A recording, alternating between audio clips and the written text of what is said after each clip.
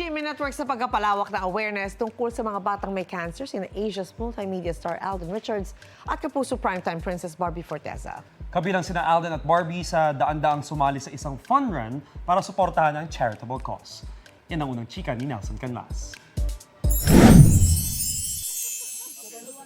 Madaling araw pa lang, getting ready na sina Alden Richards at Barbie Forteza kasama ang ilan nilang friends tulad ni na It's Showtime host Kim Chu para sumali sa isang fun run. In the past days, tila nahihilig si Alden sa pagtakbo.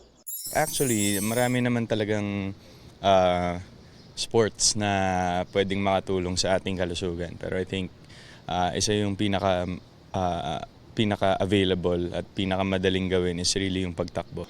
Running gives Alden his much-needed cardio. Pero may mas malalim palang dahilan, ang kanyang pagtakbo. Yung running kasi is more than just a sport already. Number one reason niya is for my sanity talaga. Diba? Medyo psychological na yung effect sa akin ng running. So, ito, kagaya nito, na iba parang it's a different world for me.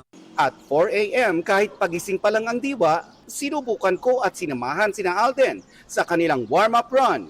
Barbie and I share the same sentiments sa early morning run. First thing in the morning, may na-achieve ka na agad, productive ka na agad, and mas nakaka-motivate na to go through your day.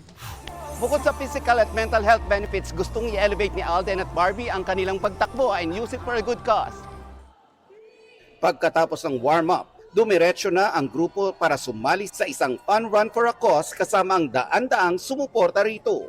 It's more meaningful for me kasi this is a charity fun run for the children with cancer, and I'm so thankful to Alden for inviting me dito sa run na to. Bukod sa pagtakbo, nakakatulong pa tulad ng inorganisa ng Asia's multimedia star sa May 11 para naman sa mga manggagawa ng pelikulang Pilipino sa Mobile Fund.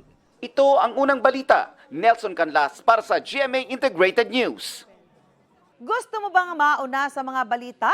Mag-subscribe na sa GMA Integrated News sa YouTube at tumutok sa unang balita.